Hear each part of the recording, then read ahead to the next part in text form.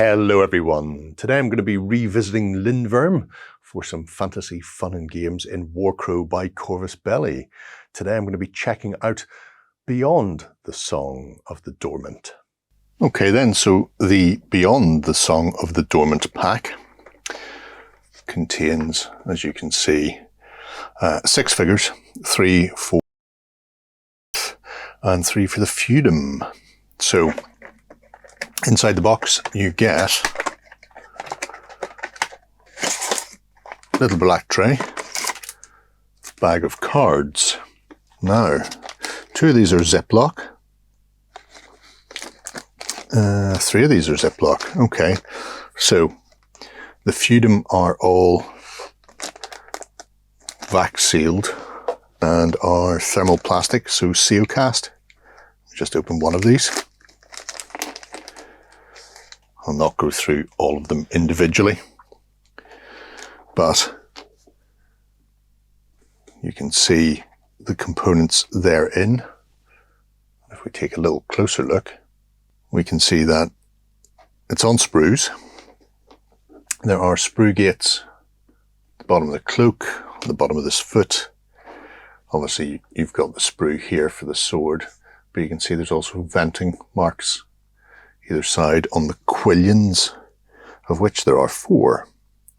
So thermoplastic is flexible to an extent, although it will snap if you apply a lot of pressure quickly. So never do that anyway. But the casting quality is excellent, bar that flashing. Bit of a seam line on that cloak just at the bottom of the elbow coming down. Really disturbing looking helmet there, with 2 hands covering the eyes as they sort of use the force. So no build instructions. You will just have to put it together from first principles. Legs go onto hips, torsos and waists and the like also attach in a anatomically correct manner. So all of the Feudom are, like I say, like that. And unlike some of the other packs, it looks like each bag is an individual figure. I know sometimes they will include multiple heads on one sprue that require you to sort of mix and match, but these look like they are all unique and individual. Now, the Yaldaboath, these are different, for these are made of a different material. If I pop in here, so this is Unicool, a mass manufactured resin. So it's harder, no flex in this at all. Got sprue gates, but the quality of these Unicool models is absolutely next level for a mass-produced part. Now, is that a little broken horn or is that a bit of flash? Time will tell when I come to assemble this. I have to take off this sprue gate here to get it into the arm. And then this massive sword. You can see there's quite a bend in that. So I will need to heat these up, either with warm water or with a hairdryer, just to get them assembled. But 2 different materials, although the detail on them is equally crisp. We shall get them all assembled and then take a look at them in more detail with their cards. Okay, so all built up. Very straightforward builds. There is one thing. I said it looked like every bag was an individual figure, and that sometimes components for multiple figures will be on a sprue inside a single bag. That was actually the case. The rear surcoat, so the cloth hanging down the back, that was on one sprue in one bag. In fact, in this fella's bag. So they are notched in a specific way. You can't mix them up. The key for this fella is at the top, and the key for this one is at the bottom of the surcoat. So They are not interchangeable, but they are in one place only. Roughly 35mm to eye level. In fact, he's pretty much bang on, 35mm to eye level. And as you can see, nice pair of sculpts. Mold lines are fairly non-existent in actual fact, so it was just the cleanup of the flash to do to get them assembled. In fact, I've left a bit of flash on there just at the end of that mace. What a faux pas. But really sharply defined, especially when you look at things like the mail, the straps and the overlapping armor plates. There's a lot of really nice definition in them. So you should be able to pick these up and get a really good paint job on them in relatively short order. The card is, as always, double-sided, Spanish and English. So the Mace Escorts.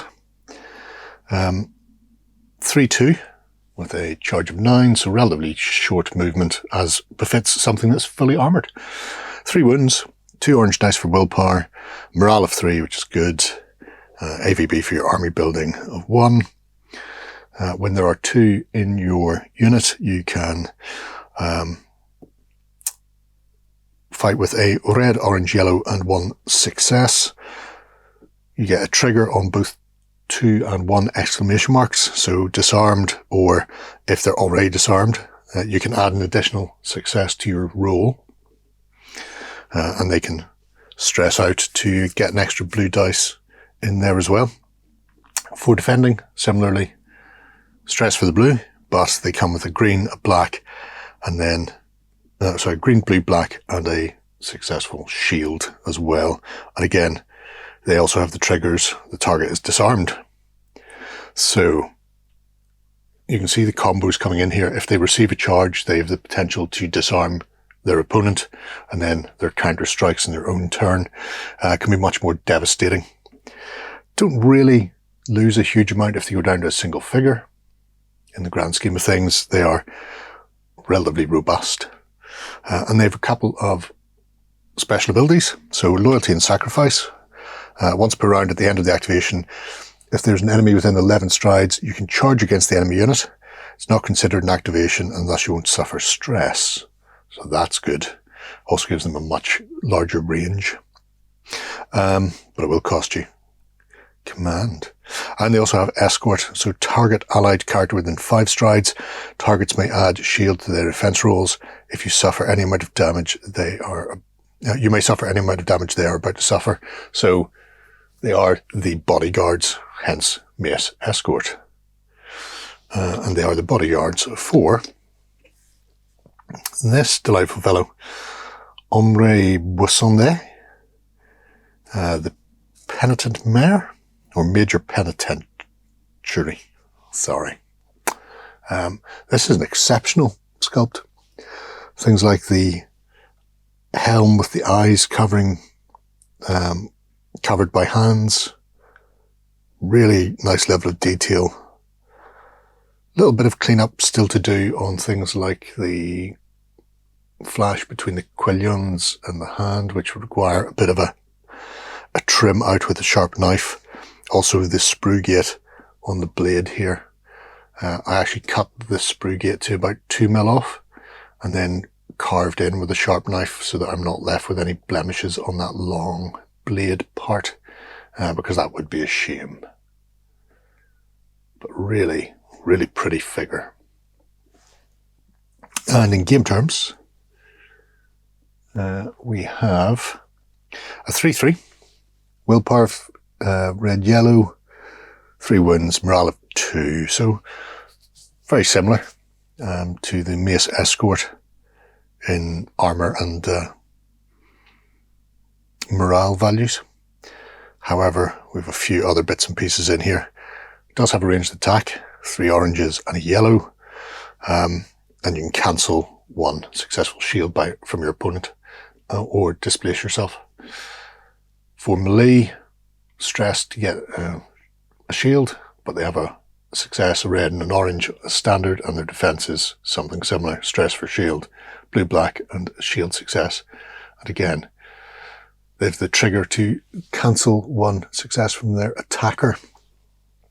So that's all great. Ability-wise, Expedia. Target enemy unit within 11 strides. Place yourself engaged in combat, which is important. It's not a charge, which means you could skip past intervening terrain or models. The wording in Warcrow, like Infinity, is very specific.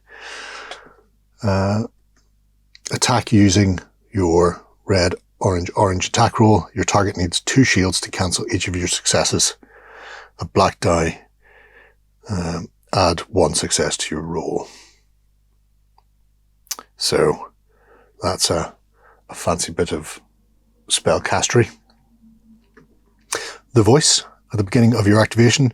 If you have at least 1 tinge, you may suffer stress, or you must suffer stress or suffer 1 damage instead, and then place yourself within 10. And Scorn and Resentment at the beginning of your activation, receive 1 tinge. Until the end of your activation, you may fix 1 die from all your rolls.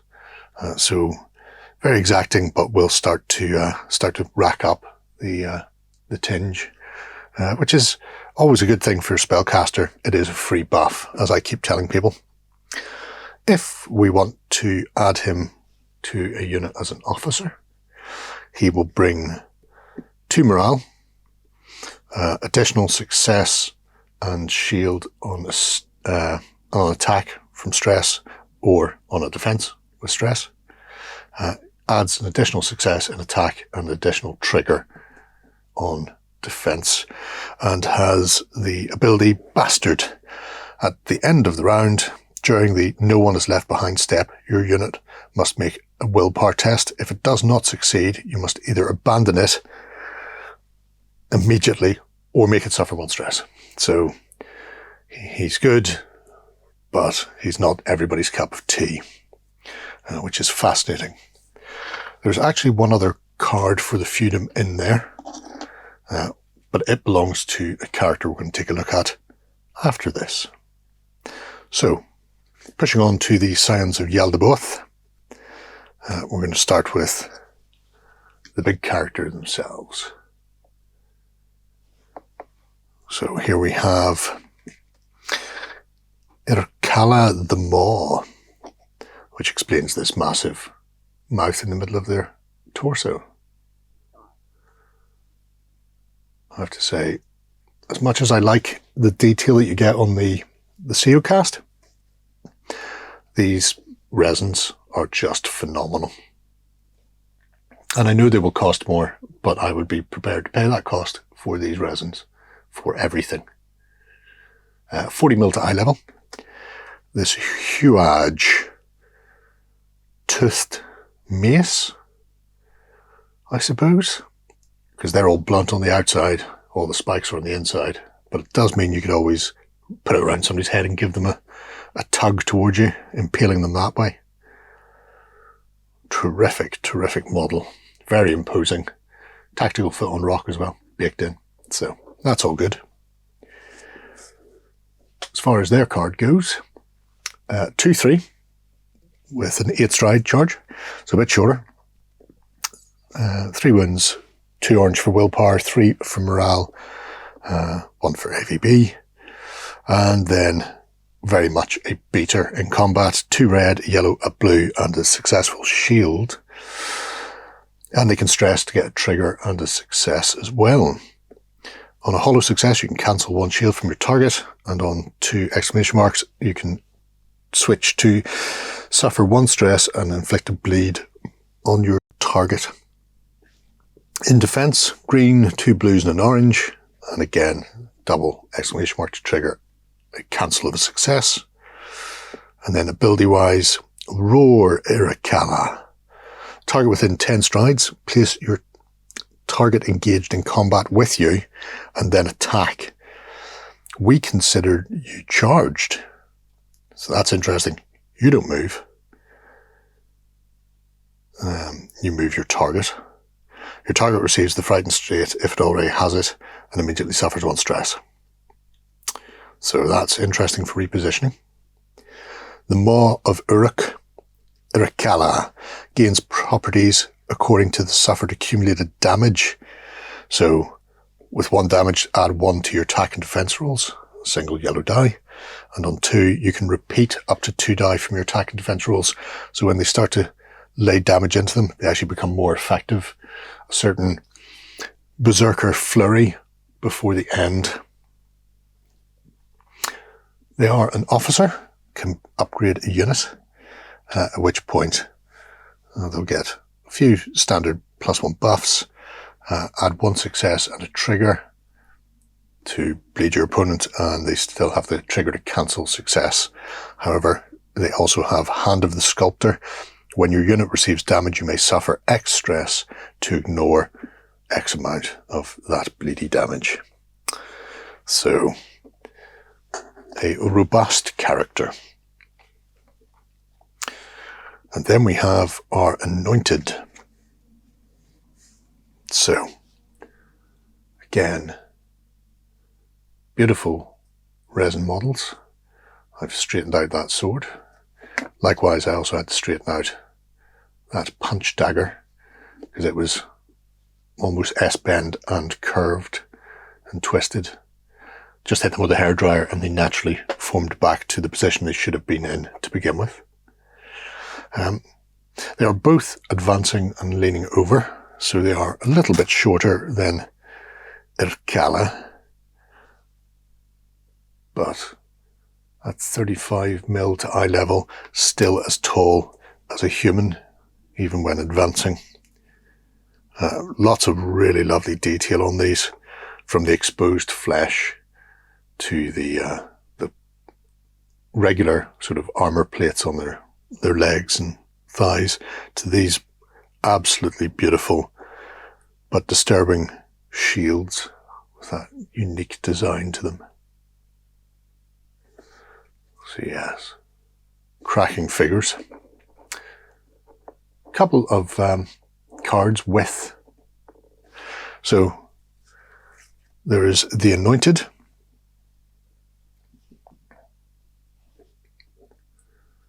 which is the unit type. Unit of 2 or more. 2/3 move, 3 wounds, decent willpower, orange yellow, morale of 2. Aggressive, as bedamned. They can cancel successful shields, red to yellow, green, and a success. So fairly beaty. Very good defensively as well though. 2 greens, a black, and a yellow. 3 triggers allow you to add a success to your roll. And again, they can also add success and triggers to their rolls with stress. If they drop down, they're not losing a particularly large amount. They're very combat effective. Ability wise, they have Bone and Sinew. Target enemy within 8 strides, roll 2 orange. If you succeed, place your target engaged in combat with you and then attack. We consider you charged. So again, pulling your enemy onto you, which is good for breaking battle lines, repositioning them rather than charging closer to their effective friends. They have Bone Armor. When you roll your defense, you may suffer up to 2 stress to fix a die of your roll per each stress received. And Guardians of the Family. When an allied officer character within 5 strides declares a move, when they finish their movement action, you may suffer 1 stress and place yourself adjacent to them. If you're engaged, you'll provoke an opportunity attack. So, it does make them very flexible as a escort, never losing pace with their officer. There's also the card for the first Anointed in here, which is a character. So, either of these could work as that first Anointed. Although based on that little picture up top, I believe it's meant to be this fellow here with that massive wicked sword. Similar stat line to the regular Anointed, just a little bit improved. Again, they have Bone and Sinew, so they can move. However, where they're going to be shining is if you are equipped or attaching them to a unit as an officer. It's going to give them a few buffs in here for the morale, gives them a success shield and a shield and possible trigger to add an additional one in their defense. So it makes them more resilient. But ability-wise, the unit gains raging for being firstborn, and also bring me their head. At the beginning of an activation, if your unit is engaged, roll an orange. If you succeed, each unit you're engaged with suffers 1 bleed for each level of stress on them. So, relatively situational. You're going to need to get the opponent stressed first, either through multiple combats or abilities, and then use these guys as shock troops to go in and finish them off, because the additional stress on them could be an absolute killer, and something that your opponent will make the mistake on once, and from that moment on they'll be relatively recalcitrant when it comes to taking additional stress onto a unit, so it might slow their advance knowing that you can do that. Okay, the Feudom Syzygian, possibly not. This is a additional miniature that could be bought during the pre-order. And I'm not going to be able to open this pack, am I? Oh, there we go. Now, even though it was a exclusive for the pre-order, so I don't think it's on Corvus Belli's website any longer, it is still available through independent stockists. So, what do we got here? A CO cast model.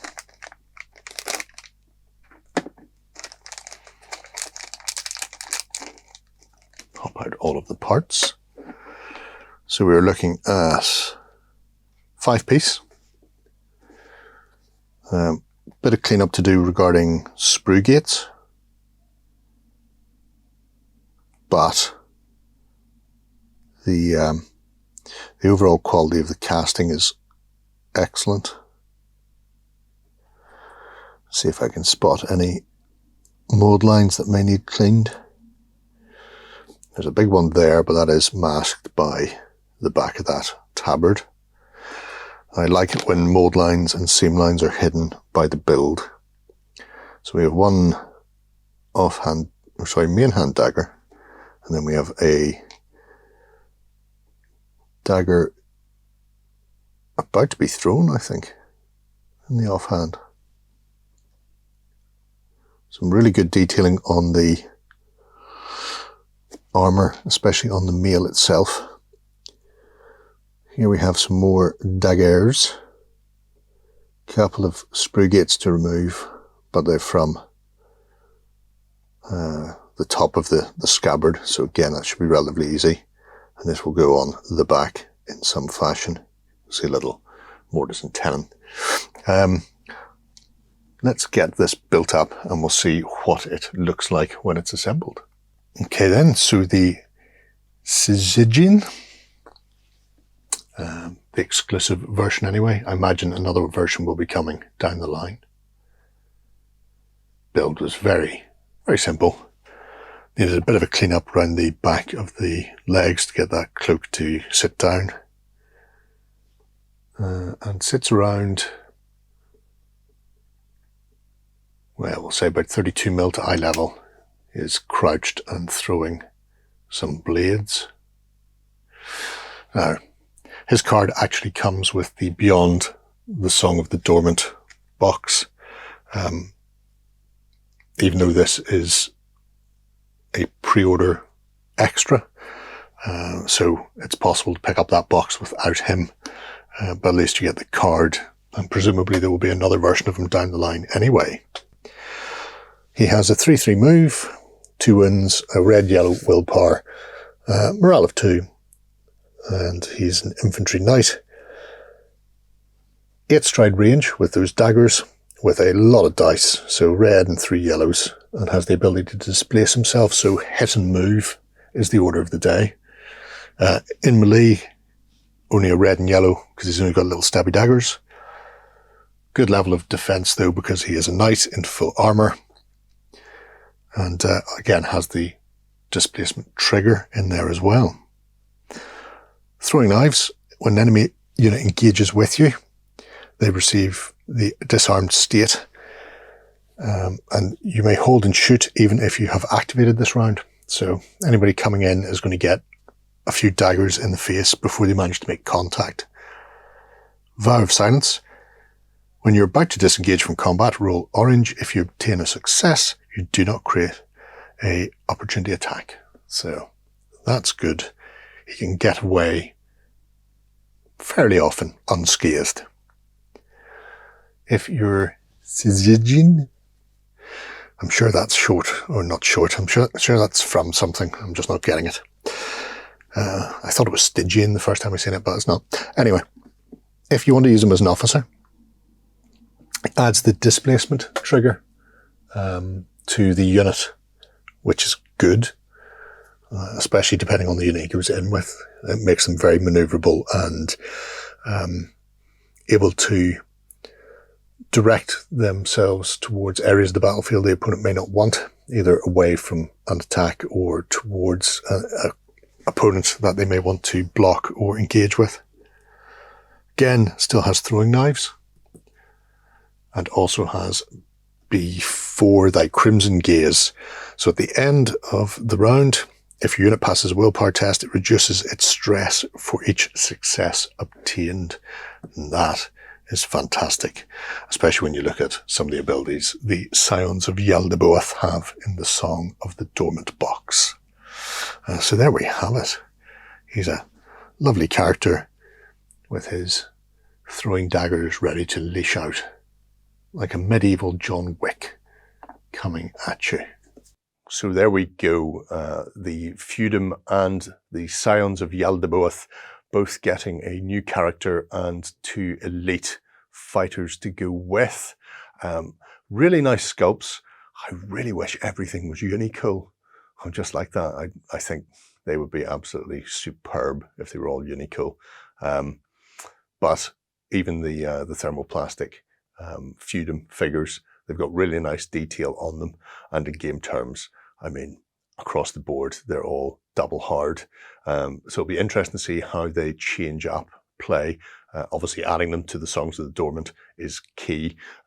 If you do pick them up as that bundle with the Songs of the Dormant and then the Beyond pack, there is that exclusive figure as well of Sizgis, possibly not how it's pronounced, who's an interesting little fighter as well. You won't be expecting the daggers to become flying your way from a knight so heavily armoured. But let me know what you think below. Until next time, bye-bye. Go ahead and check out our other content on screen now. And while you're at it, why not hit subscribe and remember to ding our dong. Go on, you know you want to click it. Go on.